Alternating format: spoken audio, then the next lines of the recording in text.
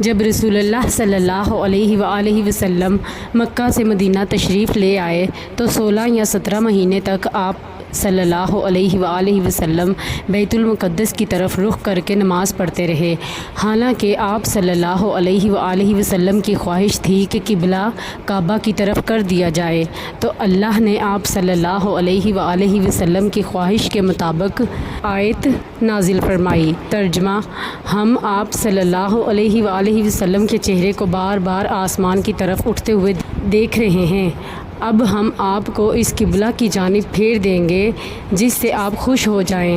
آپ صلی اللہ علیہ وآلہ وسلم اپنا منہ مسجد الحرام کی طرف پھیر لیں۔ سورۃ البقرہ۔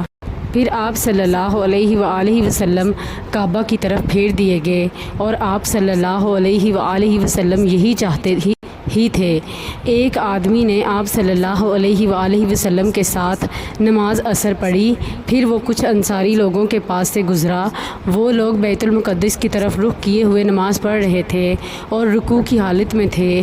اس شخص نے اعلان کرتے ہوئے کہا کہ وہ گواہی دیتا ہے کہ اس نے رسول اللہ صلی اللہ علیہ وآلہ وسلم کے ساتھ نماز پڑھی ہے، اور آپ صلی اللہ علیہ وآلہ وسلم کو کعبہ کی طرف منہ پھیر کر نماز پڑھنے کا حکم دے دیا گیا ہے۔